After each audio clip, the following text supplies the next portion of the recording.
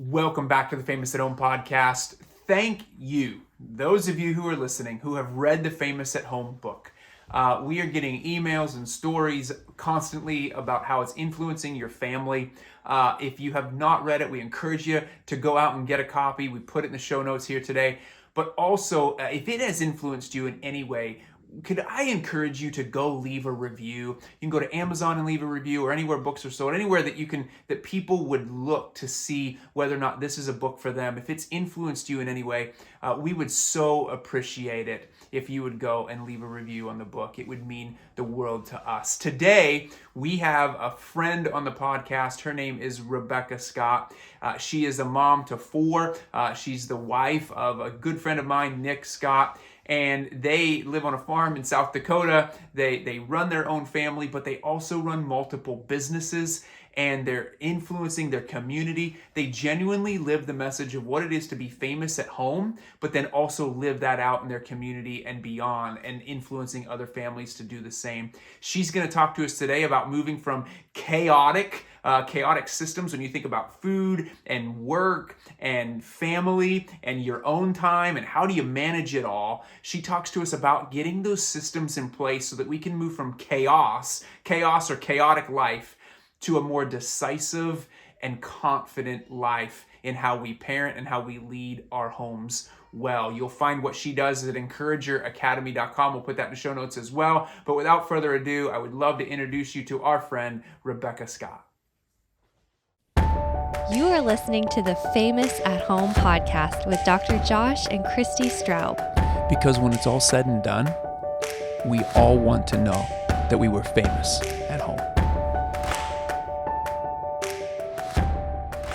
Welcome back to the Famous at Home podcast. Today we have our great friend Rebekah Scott on the podcast. Rebekah, welcome.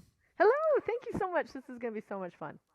Yes, we have a great topic today because you have been talking a lot about systems and motherhood and how to balance everything, which I think is fantastic. I was reading about it, Rebekah, and I was like, yes, order me one of that. Like, I think what you've hit on, even in isolating like these 4 systems as a mom, just naming it puts it in a box where you're like, oh, because there's so much confusion in your mind, right? It's just, it does feel so overwhelming. And so even when you highlighted these 4 different systems, which we're going to talk about today, it was like something like you exhale where you're like, those are the 4 things that I wrestle with. 100%. And if we could create systems around them in order to be able to do these things well and efficiently without the overwhelm, like, heck yes, sign me up. So let's talk about it today. And first, let's talk. I'd love for you to just introduce yourself. Tell us about you and your sweet husband, who we love, and your family, what you do, your businesses, all of it. Well, thank you. I am Rebekah Scott, and I would say my sweet husband and I have gotten better because we do coaching with Josh and Christi. So everybody do that first, and then we would not be in this spot, this awesome spot, if it actually wasn't for you two and a lot of prayer. So thank you for that. Well, thank you. I'm Praise Rebekah God. Scott. We're from South Dakota. So you can hear some, we were joking about some background noise. Hopefully you don't hear it, but we farm and ranch up here, and so we're in the middle of harvest, corn and soybeans. And we also just weaned our calves, so they're a little upset today. And we had 9 puppies last night.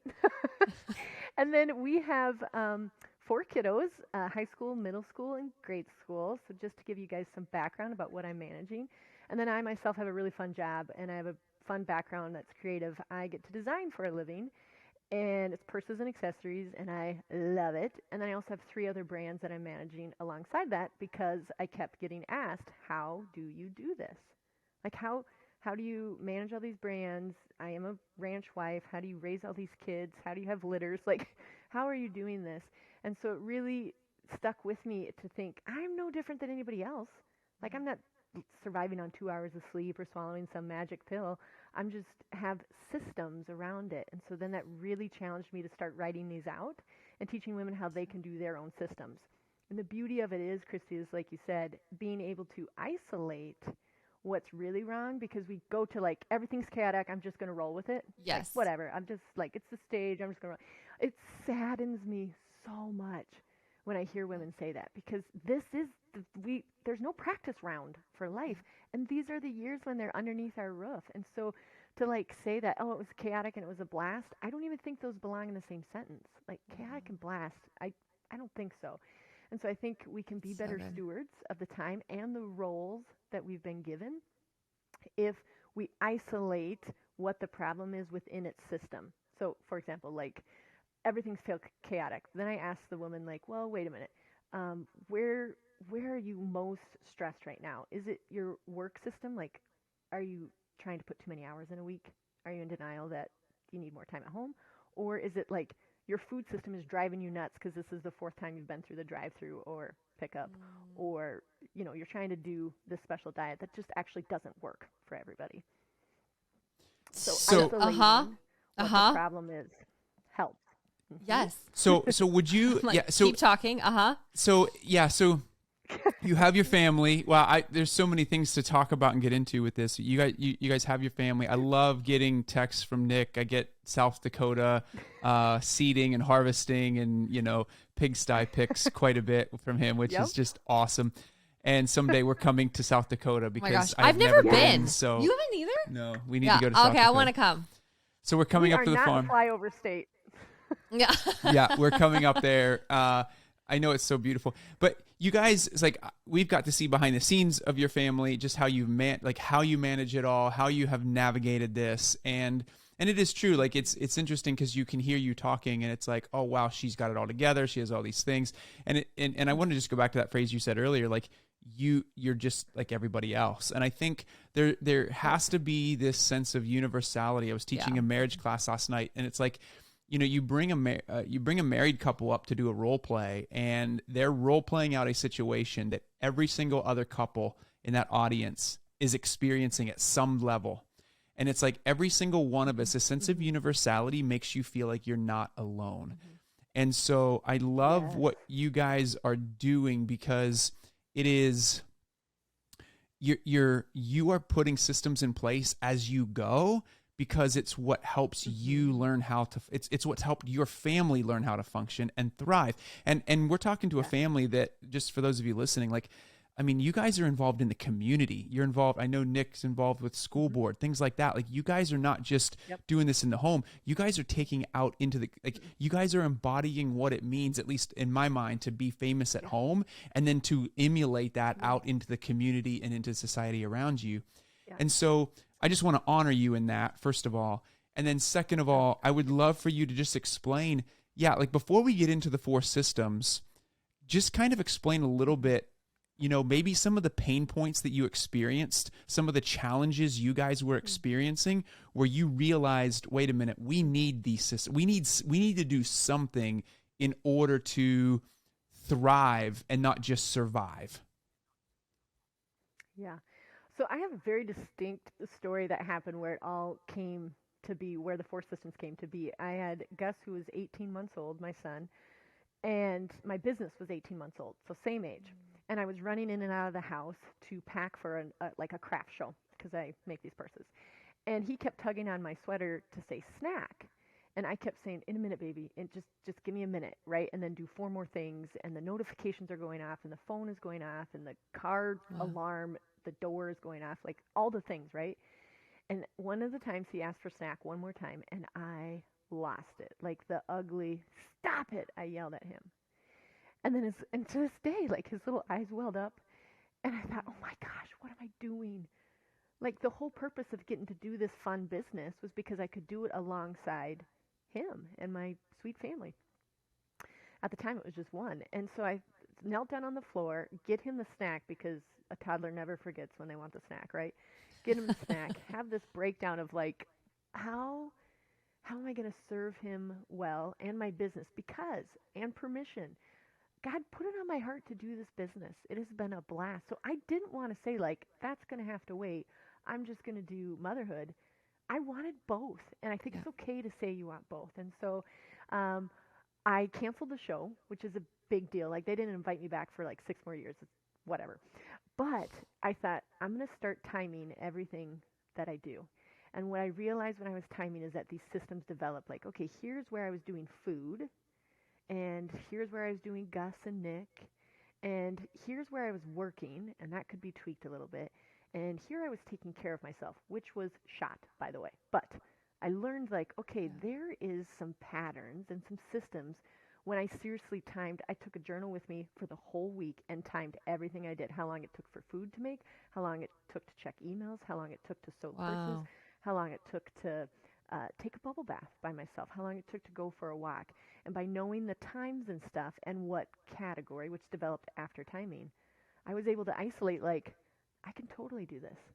I was being unrealistic about how much I could squeeze in because I'd be like, oh, that only took me 20 minutes, when it actually takes an hour and a half. Wow. So lying about it didn't do me good. I just said, Yeah. like, okay, no, be real. It's going to take a little bit longer. So that's a little Wow. bit of how they started developing. And then, of course, then I could start isolating too. Like, it doesn't serve me well to keep ordering supplies because it takes me 3 hours. I should probably get an assistant. So get an assistant to order the supplies.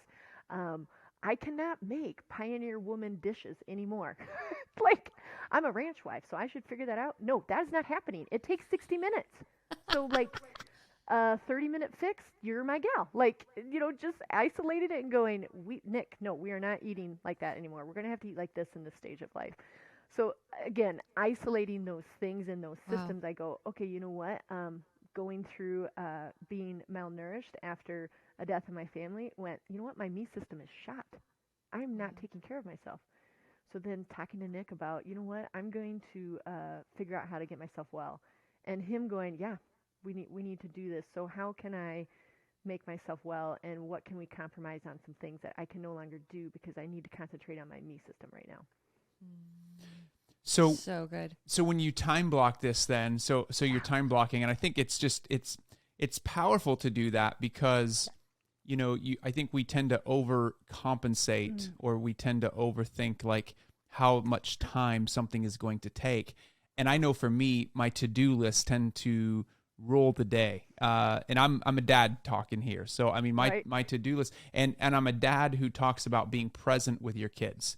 And so I want to throw out a question that we got from a podcast listener. I want to throw this question out there because I think if she's asking it, everyone else is asking it because I resonated with it. And I think it speaks to what we're talking about today. So she asked this. I have a question. Do you have a podcast or a blog post that talks about how to balance all the working pieces of a mom's day? Clean house, laundry, cooking, plus I manage our finances, our kids' activities, and any additional events we attend. All of this takes time. I also work 32 hours a week. When I am not working, I am with my kids, ages 4 and 6. However, that one day off I feel I need to get the to-do list done. I battle with what to give up. Those things always need to get done first in my mind, which leaves no time for the big one that you talk about all the time, which is being present with your kids, playing and listening.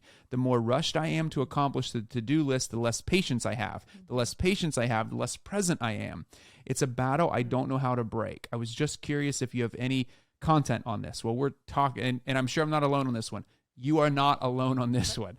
I think we all wrestle with this. Yep. And I would love for you to speak to that question, and just speak to that question because we all wrestle with this. Presence, relational presence tends to get put in the back burner. Yeah. Oh, so many thoughts. First of all, I would like to remind this mom that you are exactly where you need to be, and that God blessed you with these 2 amazing children and with this awesome job. He sees you fit to do your finances. He sees you fit to do the laundry, and he sees you fit to do the kitchen duty. And he knows that you can do this. He did not create chaos. The tree does not grow from the bottom up. So I would just remind her, first off, that you can totally do this. And second of all, that I kept hearing the systems coming out. She's saying, I'm doing the finances, and I'm working. Oh, yeah, and then there's laundry, and then I got to clean, and I got to do this to-do list. So I would say stop trying to call it balance, because if you think about balance, something falls, like it goes below. And none of us, as we all know with all these roles, we can't balance anything right now because they all have to be going. You can't drop the kid or forget the kid at practice, right? So I like to say we got to harmonize things together. How can I do both well? Whether it's work and family, and we always say it's work and home life. So we need to harmonize them together. So there's less of like one's going to fall off the trail, if you will. And then second of all, like with the to-do list, if you're overwhelmed with the to-do list, if you get in the practice of timing yourself, and you guys, my husband Nick would be dying laughing right now because he's like, just ask Becca, she knows. I time everything because we get overwhelmed by the unknown. So she's hitting this to-do list and she's like, okay, it's Saturday. We don't have any activities today. I'm going to like crank out 20 of these things. But she's a little overwhelmed because she's like, I actually don't know how long these are going to take. So if she had timed, like, I do need to make cookies for church tomorrow, and I do need to change all the sheets on the beds, and I'd really like to do that pumpkin project with the kiddos. If you have approximate time, even if before she hadn't timed it, start timing now. And she would go, you know what?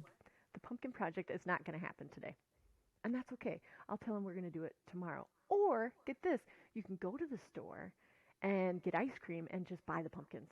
Like, permission to, like, make it work for your family. So the idea, too, of narrowing the systems is not so that you follow my example or even Christi and Josh's example, but so that you follow the example that works for your stage right now. And so permission, too, if she is spending that much time in the kitchen cooking and she doesn't actually like it, there's like 1,000 different new ones. We're in South Dakota, so I'm pretty sure we don't have access to them, but like the whatever they are where the food gets delivered in a nice fresh box, do that. Yeah. Or here's permission, if you need to do takeout 4 nights a week, whatever, if you budgeted that and that's your life right now, do that. But just be real about what is doable for you. And then back to that to-do list, if you kind of just put some approximate times next to it, just do the 3, it's that rule of 3, do the 3 main ones you want to accomplish, and just make sure the kiddos are one of those 3 main ones, and the rest goes to next week, or you reassign it or delegate it. Yeah. Why is that so helpful? Like, I've never in my entire life considered timing anything I've done. It's the magic pill, I tell you. I am like, I'm like seriously sitting here being like, timing it. How that would change things, because it is part of the overwhelm. And I think like what this mom is speaking to, part of the overwhelm is it just all feels like a lot, and it's unmanageable. Like it's not, and I know you talk about time blocking, and I want to go to that too, because time blocking, even from a business stance, like I have felt the power of that, and time blocking, and just a peek into even like our life, the last, I don't know, few months, we started a new fall routine because we homeschool, but the kids are in this 2-day-a-week program. And I've been trying to figure out, how do I homeschool? How do I work and to work to the amount that I want to work? Because I could work 70 hours a week if I wanted to, but I don't. And so I had to like define like, what do I want to do? And then block it in time. And I realized for me in this season, what we're doing is I'm having Janae, who's our assistant, she comes on Tuesdays and Thursdays, and that's it. And so I do school with the kids until noon, and then we flip-flop, and she takes over with the kids, and I work from 12 to 5, and that's it, 2 days a week. Perfect. And if it doesn't fit in those 2 times, I'm just not available. And I can't tell you the peace and the calm that's brought over me, because I have, and Enneagram people, if you're like 3-ish or like, even 1-ish where I know, girl, you are a 3s 3-3. Like, I love you. And I feel like I have so many friends that are like straight up 3s that are just such, and if you don't know Enneagram, I am so sorry. I know it sounds like a weird cult. It's not, but that's just like a driven person who is an accomplisher. So you just love to like take on tasks and accomplish. So I can run in that vein, and then I cannot, but I think I've realized that is the primary mindset that North American, and maybe even more global than that, our modern world pushes productivity and work, right? So it is going to reward all of us for working more hours, not being present. And I mean, hence even just the title of our podcast, like why it matters to have a message that's contrary, because everything else rewards you in the opposite way. And I truly believe it is the one thing we will cut to the end of our life, and regret is how much time we wasted being successful at something that really didn't matter. And therefore, I have tried in my own little world and own little way to not, and I'm at a place now where I do want to engage in work. I had a season where I didn't do that. I was totally at home with the kids, and I felt placed there, called there. Like it wasn't even like God put you in a timeout, Christi. You have to just, I was being molded there. So to all the moms that are in that hidden season, do it well. Like, amen. Like, you are exactly where you're supposed to be. Like Rebekah said in the beginning, like this is exactly what you're called to. But if you are in a transition place, like even Rebekah and I, where you're mothering and working partially, like, bless you too. But to realize you have to put boundaries around that. This whole work and grind culture, I get super, it has never sat well with me. This like rise and grind, you know, like mom, what I'm trying, like all these mompreneurs basically, where you feel the strivey, where you feel this like never ending treadmill before you of like, I could just keep working. And then you will find yourself adrenal fatigue, burnout, and you wonder why, like you're saying, even you were malnourished. My adrenals were like shot. I remember the doctor telling me I woke up ready to fight a bear. I was like, yes, that's exactly what it feels like. Correct. And that's not right. Like, that's not normal. So I must have had a lot of fur in that season because I looked a lot like a bear. I wasn't trying to fight you. You were just the closest thing to me. And this is what we do, right? To the people safest to us. But I just, anyway, that's just a peek into my, like, where I'm learning to even block for time. But I'd love you to start to speak to, like, the system of me, the system of food I'm really interested into too, especially as a mom. Let's start with those two, and you decide where to go first. But those are the two I think that get put on the back burner. So can I just listening, clarify? You have the system of me. Yes. You have the system of food. The system of family. And work. And then the system of work. And work. So we're going to start with the system of me and the system of food. I'm always about food. So if we can start with food, that'd be awesome. I love it. And I'm actually going to switch your order just a little bit because, and if you ever wanted to dive in all of them and you're like, they're all a mess, like I don't even know where to start, then I would recommend start with me because you can't, the oxygen mask scenario, right? Yeah. And then I would say actually work on family. Because if you know what your family system is and you've decided with your husband, similar to what Joshua and Christi coach on, then you can kind of decide, well, what is food going to look like after I know that our family has chosen to be in athletics? So we need to pack lunches. Like I can't do Pioneer Woman. And by the way, you guys love her, so no diss there. But so I actually say me, family, food, because we do have to eat, and then work system. Good. So for your me system, and here's permission too, I freakishly love exercise. So seriously, for me, like 100 burpees over reading a book with a cup of tea every day. Weird? Yep, but gonna give it permission, okay? So me system is whatever you do to fill yourself up to feel the most like you. And my ego is totally involved, you guys, so it's burpees for me. But it might be a nap. It might be a bubble bath. And also, your me system might involve people. It might be your girlfriend that you do the pedicure with once monthly or once weekly.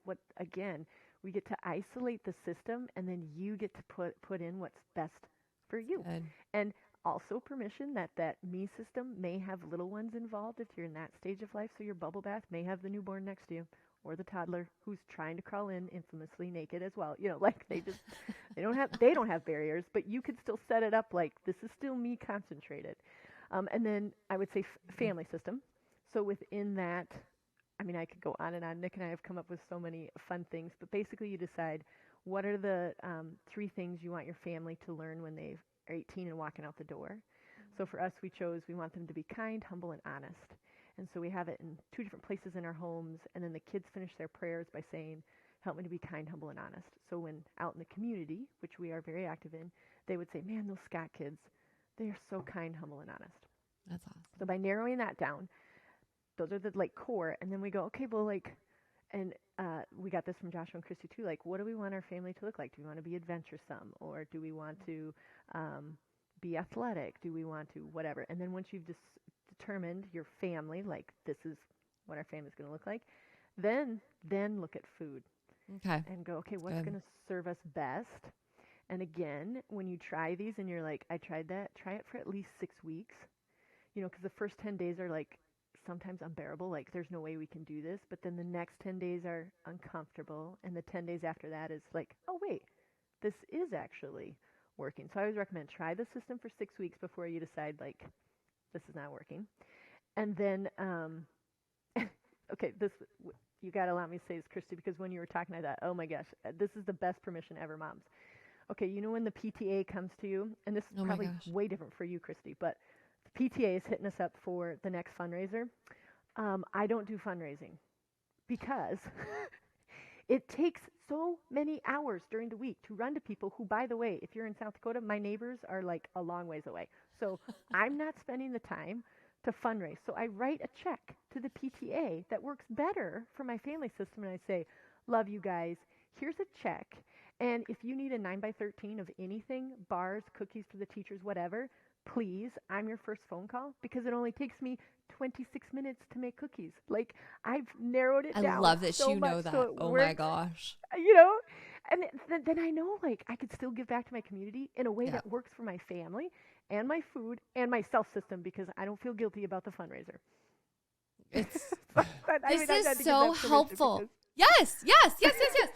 But what you're doing is you're pulling it back to time. I mean, you're time blocking your life, but you're putting it in a system, which is so funny, because we do this innately in business, like in business, whatever you've been trained in, educated in, your backgrounds in, there's systems in place in order to make it run. And we get really good at those systems, but like nobody teaches you how to do it for your family. And yet this is the one that, like, if it's not a well-oiled machine, everyone feels it. I mean, I was just talking to a friend this morning. She's like, I am a hot mess.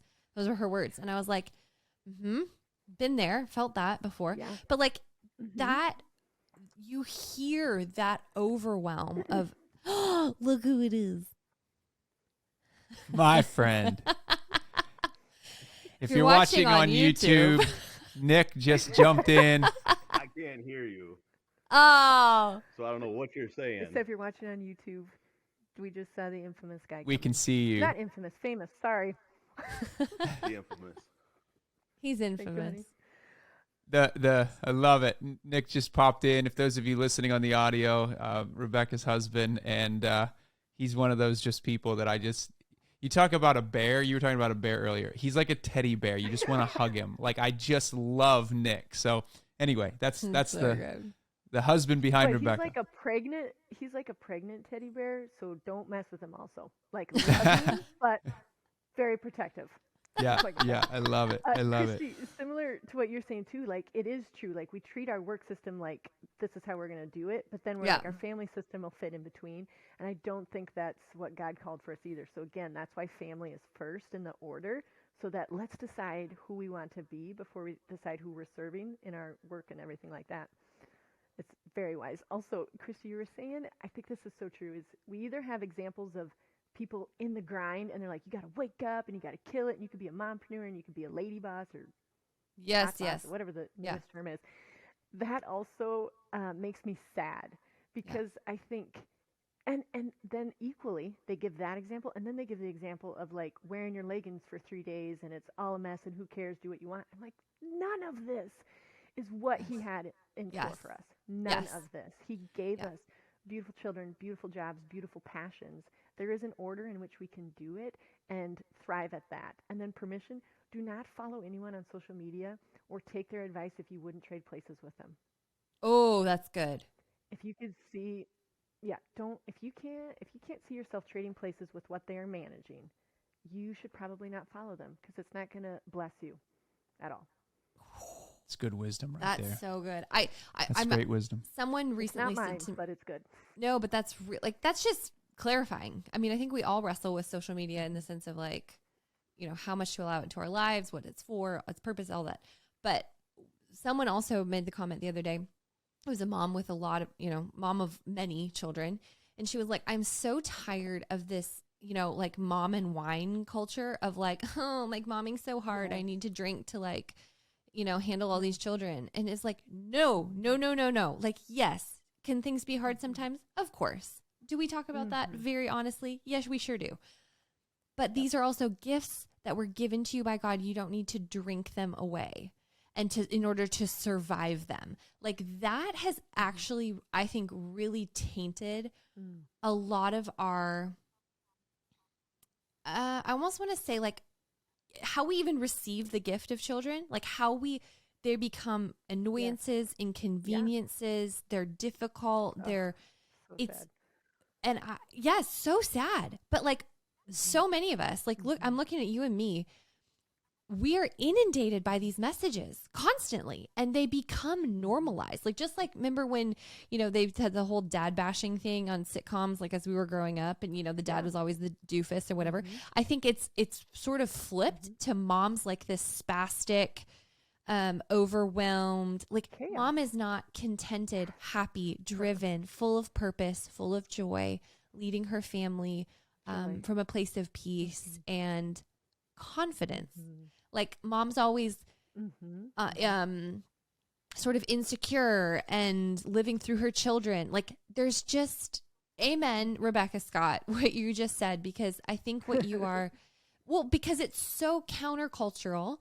And I wonder if you drill down to it, if it isn't because we're comparing ourselves and so insecure about how to uniquely craft a life that is written for us, right? Like, just like you are talking about in these isolating into these 4 different ways. But is this not how we create a life? It's just exactly who God created us to be and how he wants us to live it out. The freedom of that. The thing that I want to do is I want to go back to that. Just a couple different things that you guys have said that I just want to draw out real quickly. Like, and it goes back to that email or that question that was sent to us on the podcast. This sense of presence and impatience, right? Around presence. Like I get impatient. And there's 2 different things, Rebekah, that you said that I thought was important to bring out, and it alludes to what Christi's saying. I remember I'm a part of a mastermind group, and I remember John Tyson coming, and Pastor John Tyson. And one of the things he said to us was, he said, what's fascinating about today's culture and the business culture is that the language that we use is so violent. We're crushing it. We're killing it. It's such a violent language that we use to describe success. And he said, but that's only in the Western world. When you go into other cultures and you ask someone how their business is, they're not going to use those phrases. They're probably going to downplay a little bit, about, it's going well, and I got this thing happening, and but we're not killing it, we're not crushing it, and I think there's this violent language that not just comes from the business side of it, but comes from this avenue into our homes and into every other area of our lives. Are we crushing it? Are we killing it? Are we? And I think we have to temper our language to a place of, this is about relationship. This is about connection. This is about presence. And what does that look like? And then you said, Rebekah, and I think you said it in passing, and I don't want to make sure that it was, you said it in passing, but I want to make sure that it wasn't missed. You talked about the to-do list and time blocking and what needs to be prioritized. And you mentioned time with your kids. And I think we have to prioritize as a family system that time with my kids is time blocked every single day. And if you have to look at it that way, that your presence, everything else gets put away. The phone gets put away, whatever, and you're out jumping on the trampoline, you're going for a walk with them, you're playing Uno with them, however, depending what ages that they are, but you are entering into their world, and it is at the top of your to-do list. Presence is at the top of your to-do list, because, and I'm just speaking from experience, but I find that when I prioritize that, I look back at my day. Number one, it was my most favorite part of my day. And number two, all the other to-do list none of it really made a difference anyway. Right. And I would just add to that, Joshua, is that the mom that's got the to-do list, put on the to-do list, maybe it's a project with the kiddos, maybe it's a walk, Uno, whatever you said. So her brain can relax and go, okay, it is a to-do. There's no guilt about that, but put that on there, put it at the top. And then if you get in the habit of timing yourself, and let's say laundry was on her to-do list that day, it helps me relax that I know my laundry takes me 35 minutes. I'm kind of a ninja, you guys, but like folding it and everything. So when the kiddo is like, Mom, can we go jump on the hay bales? I'm like, oh, I'm staring at that pile of laundry. But that only takes me 35 minutes. So I can totally go jump on the hay bales, which I didn't time that, but I know that that'll take whatever. Like, I don't even care at that point because I know it only takes me this long to do whatever else is on the to-do list. So it gives me permission to, like you just said, crush it on hay bales. So it's a little bit different, but I do have to win at those games over there. But Love it it, gives love me it. permission to be present with them Yeah. and let those other to-dos go because I know how long they will take or how insignificant they will be in their memories, in their head. Like, Mom did it right alongside us. Oh, it's the freedom. Like, you're speaking to freedom. It's Yes. allowing you Yes. to be free because you're telling your time. You're more decisive. Yeah, that's Yep, that's a you're more great one. decisive, which You've is- used that word. Talk about that a little bit because I think Yep. the decision fatigue is probably one of the most exhausting Yep. parts of raising a family Yep. because there's so many. And I And I feel would it in say a that grocery is- store. That Like goes right back. I feel it in a grocery store. know. I You go to send a him to grocery get, store like, and Whatever. Yeah, He's I'm like, gonna well, I get on a don't little bit know of a which I'm gonna get one. on a I'm little like- bit of a soapbox because 90% of things that are in a grocery store today were not in a grocery store 100 years ago, and so that speaks to all Well, kinds of things about health I got a and what. pro tip.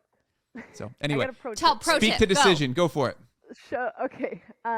First, I'll give you the pro tip. Just shop Yeah. at like Aldi where there's less selection. I Yeah. love Aldi. Perfect. Yes. There's part like of our- one kind. Love it. Right. So part of our food system is that where we get our groceries. You guys, permission. We are a family of 6. We don't do Sam's. We don't do Costco because why? They're clear across town. It takes too long, and there's too many options. So we do Aldi right now. Someday I aspire, you guys. I will have a Sam's Club. It's like this joke, but not right now. And then for being decisive, because we are so overwhelmed, like you said, it's like, I don't even know what decision to make. But when you isolate it into the 4 systems, you take one system at a time too. Okay, so there might be a little bit of unsettling as you're like, I just have to figure out how to take care of myself first. And that might be just one pampering evening a night. And then you're like, okay, I feel like I'm taking care of myself a little better.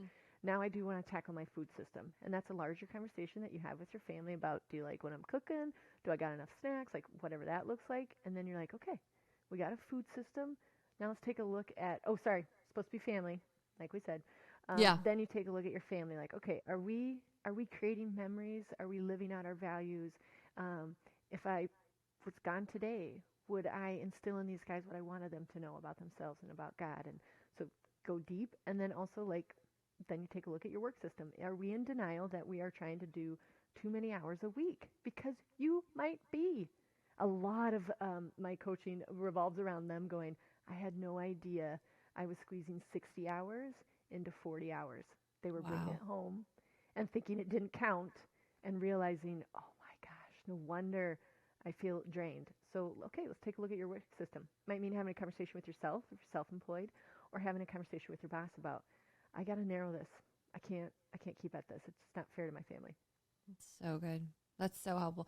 Let's go. I'd love to go back So a little bit. I want people to, sure.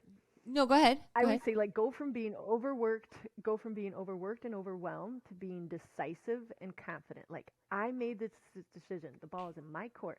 So here's how I'm going to do it. And that Yeah. exudes into all of the roles and all of your relationships too. Because they're like, oh, I respect that this is her work system right now. She's not going to do lunch today because she's working today. That's so helpful. I think it speaks to when you feel that confidence in that you've made a choice. I feel because we have so many voices speaking into our worlds right now, there isn't the decisiveness because you're always sort of like questioning like, maybe I should do it that way. And it's like we Right. get tossed by these waves of other people's influence versus I feel like gone are the days where we made a decision for us because it worked for us without looking around to see, like, do you approve? Is this okay? Is this like the new way to do it? Or, and I think what you're saying is so clarifying for a lot of us who, even in the small decisions, like even as you're talking, I'm realizing there's a lot of small decisions that I still question because we have access to so much information. Like, talk about food systems. Like, my goodness, the number of the kids asked me something the other day. They're like, Mom, is, such and such bad for you? And I was like, honestly, guys, I don't really know anymore because these people will say it is, and these people will tell you it's the greatest health craze. Like, I don't know. So I don't know. And small things like that, but they can paralyze you because you're like, I don't know. Should I be feeding my kids gluten-free, dairy-free, nut-free, soy-free, no seed oils? Sure. That's good. But like, that in itself becomes this crippling, overwhelming cycle of like having to make all these decisions. It's no wonder we're so overwhelmed. It's no wonder we don't have clarity because we're not actually making decisions. We're just absorbing information from all these different sources. And like, bless, social media. I think it's great for a lot of things, but in that vein, I think it becomes so confusing. So I'm thankful for what you said. Would you trade your life with them? Because you're listening from all this input. And so, yes, we are living in this information age where we have access to so much, but because of it, I think we don't even know who we are anymore because we're trying to absorb the best practices from everyone else. And it's made a mishmash of our own lives, basically. So I would love to go back to let's start with me and just dig in a little bit more there. When you say that, the things that make you feel most like yourself, where do you find women are missing the mark, or where are we not? Because we all know the whole self-care, and I don't even love that term anymore because it's like a pedicure and this, and I'm like, that's not self-care to me. I know. But what tell us where we're missing it on the me system. The me system is what makes you most come alive so that you can serve all of your roles really well. So I always say, ask yourself the two musts of the me system. Pick a pampering evening. Whatever pampering looks like to you, like you said, maybe that's a pedicure, maybe it's running, maybe it's lunch with a girlfriend. But pick one time a week when you're going to do your version of a pampering evening. And permission. It might be 30 minutes because of ages of kiddos, or it might be 3 hours. That's what each individual family, each individual woman gets to choose, okay? And then the other must of the me system is get up before your kiddos. Like, this one, I know sounds so simple, but time after time when I'm coaching, I'm like, what? You're just waking up to meeting needs. Like, if you need 5 minutes, I always say it can be 5 minutes. Like, if you've been up since 1, 2, 3, 4 in the morning, whatever, just start the coffee 5 minutes before everybody else.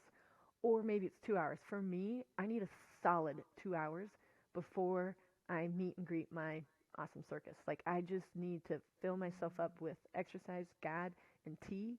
And then I'm probably too amped up by the time everybody is woken up. But I need that. So I always recommend. That's Josh. Pampering, whatever that means for you. Yep. I make coffee nervous. That's what Bob Goff says, and it's so true. And then wake up before the kiddos. And that seems they're like, no, they push back. Like, I don't want to. Some mornings I want to sleep in. I get it. But even just 5 minutes, you'll feel like you prioritized yourself so you could fill into the others. So just 5 minutes or 2 hours, wake up before the others. That's the me system. Amen. Like, to me, that's everything. Right? What happened this morning, Josh? Yeah. This morning was a bad morning. Bad morning. Yeah. Uh-oh. This morning was a bad morning. Josh, we typically live by we're about the 2 hour. That is like blissful. The trouble is that we had a sick little guy. It was like we were back at newborn phase. We're talking like fever through the night. It was new. Like, I was totally up. The last, 6 The last nights? couple nights. And then last night I got home late because I was teaching at our church, and I got home late, and I'm thinking, then he gets up in the middle of the night, so I get him again.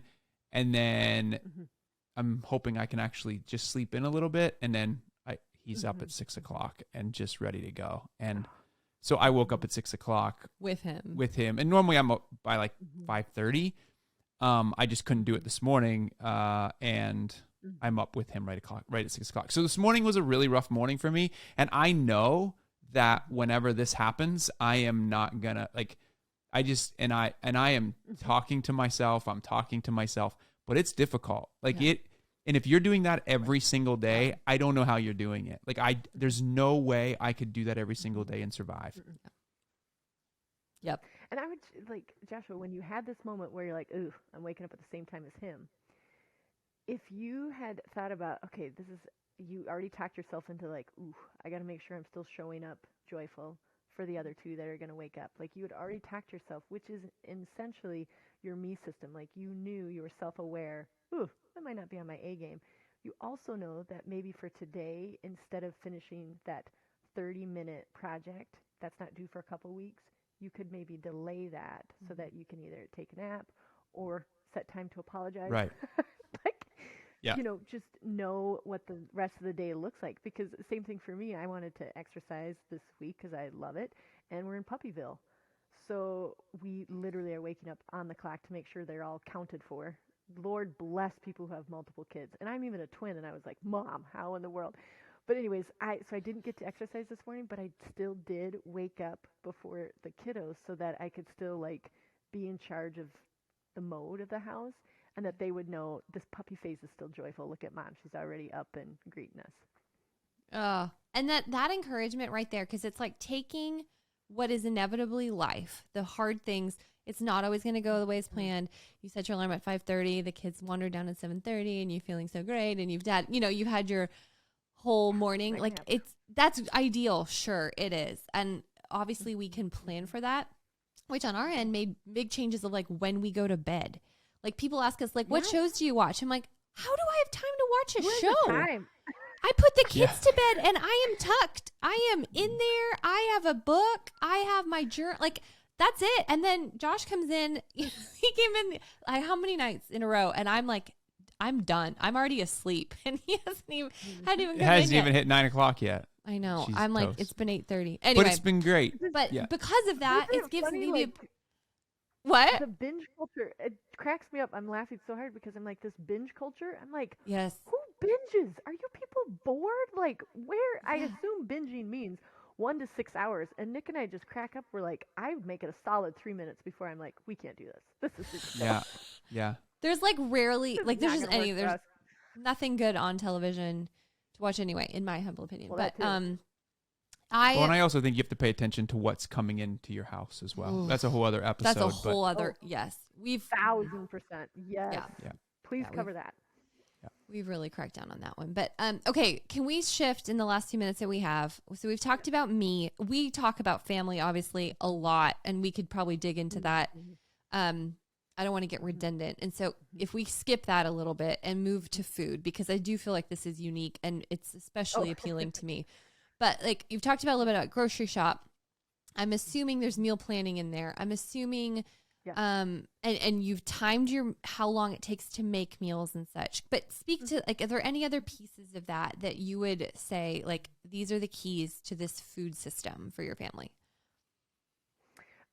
Deciding like how you do want your food system to look like because of your stage of life. So for example, we farm and ranch, and one of my favorite memories growing up was that we ate at the table together. And like every book you read on parenting is about that precious time. So we decided at least 4 meals a week, the 6 of us need to be sitting together.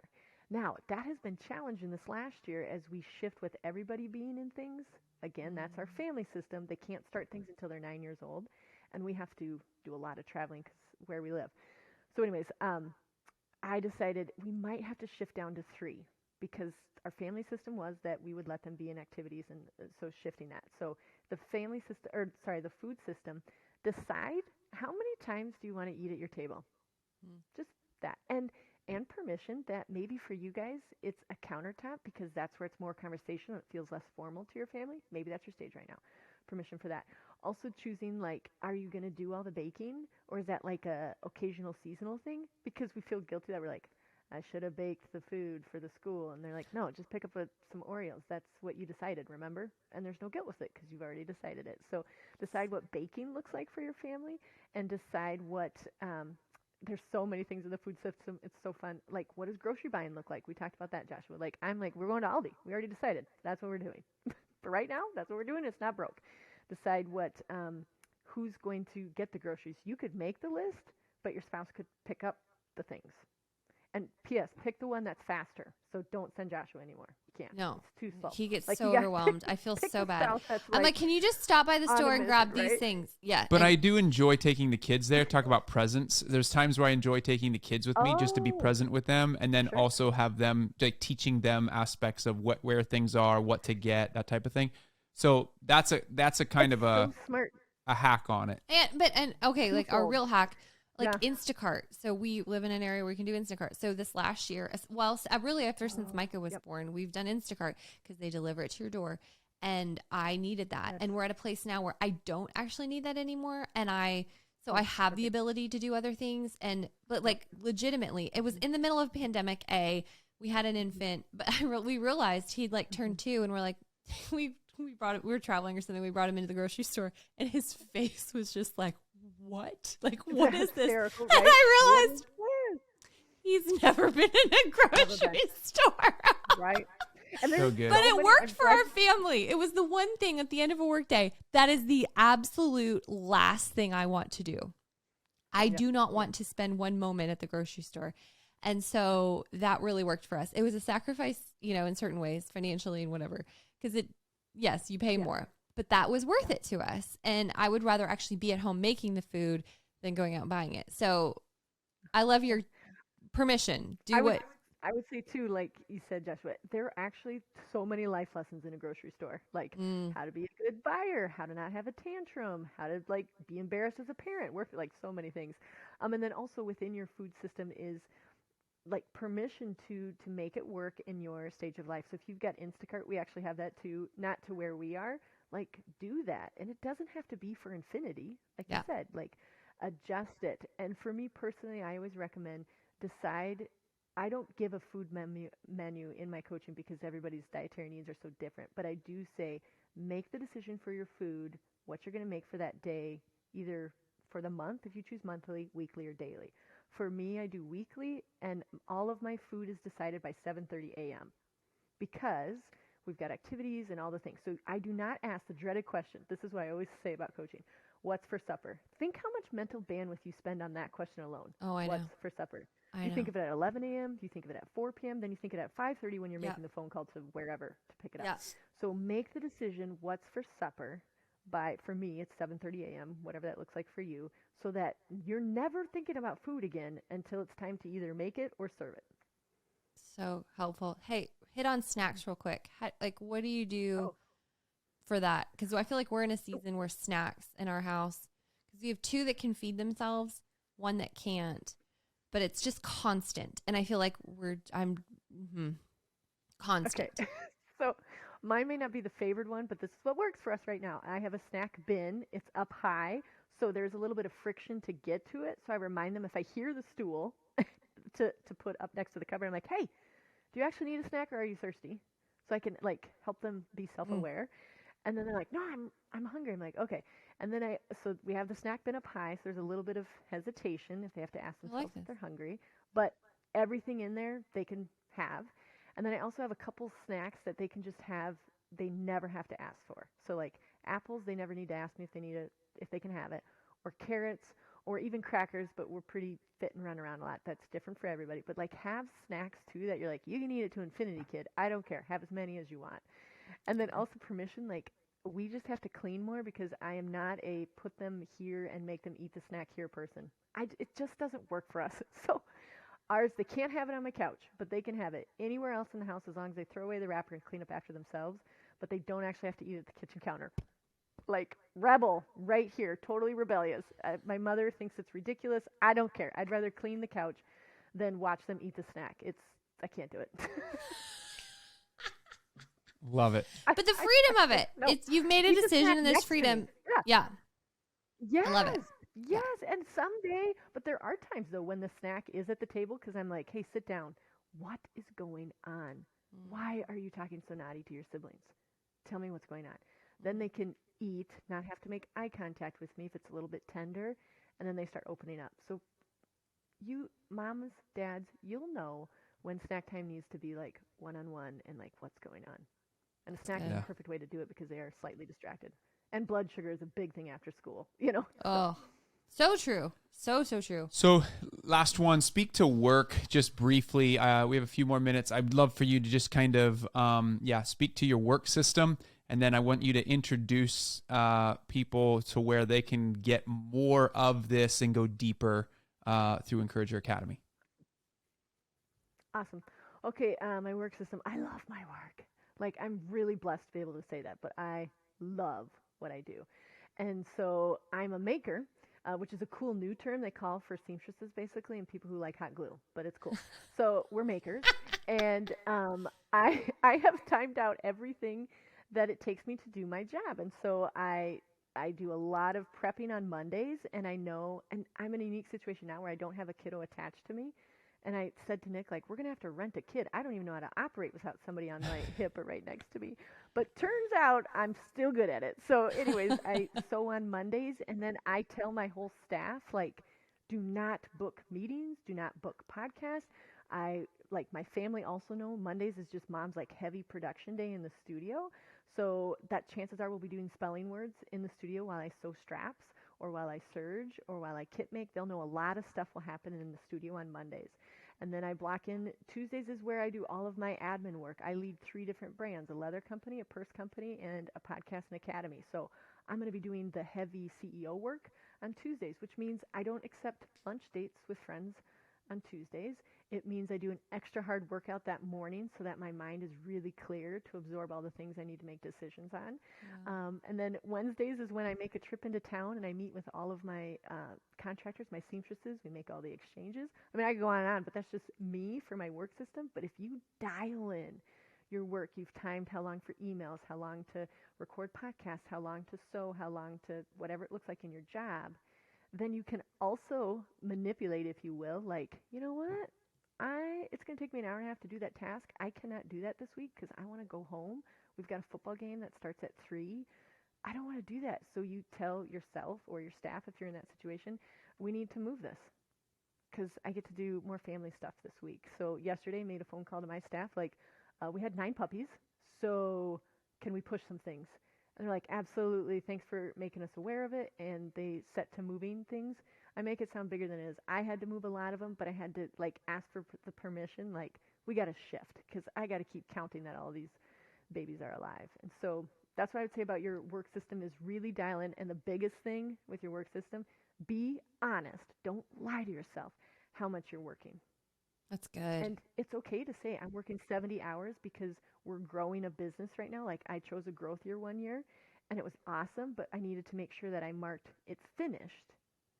And now this year we're going to go back to basics. Like, the growth year is over. We're going to go back to basics. So, and I communicated with my family, to the family system. Guys, I chose a growth year for my businesses this year, and here's what that means. Mommy's going to work late on Wednesday nights until 10 p.m. So Dad will do bedtime, Dad will do supper, Dad will be Wednesday nights because Mommy is going to block in that extra time for growth on Wednesday nights until 10 p.m.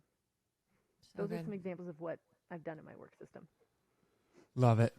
I really love it. Like, this is, I'm like actually wanting to go, A, get a timer, B, start blocking things because this is so, it's concrete. It's helpful because it functions for you. Yeah. And that's, I think, what it gets so much of what we're talking about, the overwhelm is, it's just not a tangible thing. Time is, and time is finite, and time, we can't make more of it.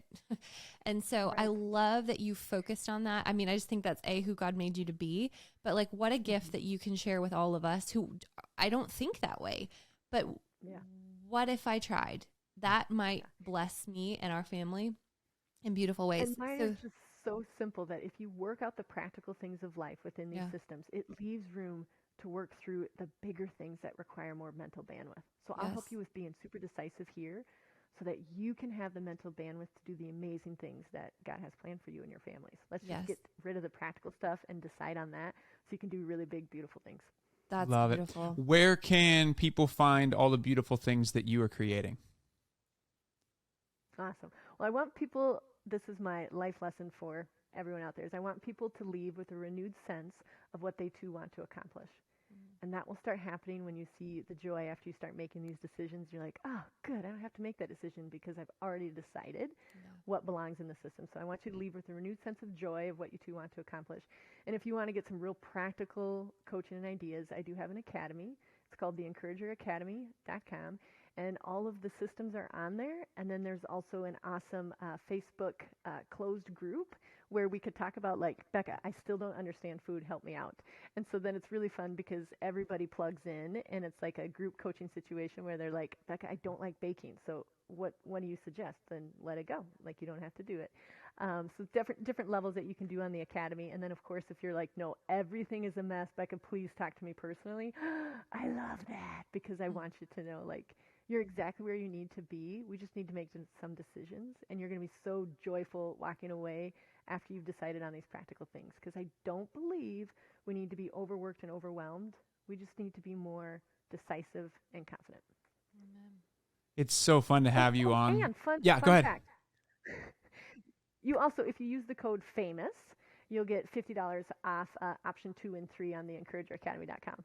Love well, it. Great. That's Use awesome. the word famous as the coupon code. Famous. Guys, Rebekah, thank you so much for being on and taking time, a time block for us and for the Famous at Home podcast. Did we go over our time block? That's what I want to know. We did. We did. Okay. Yeah. 100%. Oh, we did. And I also have 200 plus episodes on the Encourager talking about how I time block too. So if anybody's interested in binging those, yes. do that while you're doing something. And that's called the Love it. Encourager Listen to podcast, the right? Encourager. Yeah. Okay. Yes. Yeah. Awesome. Encourager podcast. Thank you again. And you are. You are really an are. encourager. You really are. Yeah. If you you're not make watching, me feel like I need to go do a really hard workout and then figure out my food system. don't. And no, like in a great way. Not right for you. I think it is. That really, I played volleyball in college. So like a lot of that is me. It was just old me because I didn't know how to fit it into my new life. But hey, now I think I'm going to. You really are an encourager. Try. And if you're watching on YouTube, you can see Becca's face. I mean, she know. just exudes joy. Did Bob Goff really say that coffee is scared of you? No, he says, no, this is his line. He goes, I make coffee nervous. And I was like, oh, I think that's my whole life. I do make coffee That's nervous. amazing. I love it. I absolutely love that. And you don't That's even amazing. drink it. Oh, Hopefully- no, I don't because I would levitate. So that's not happening.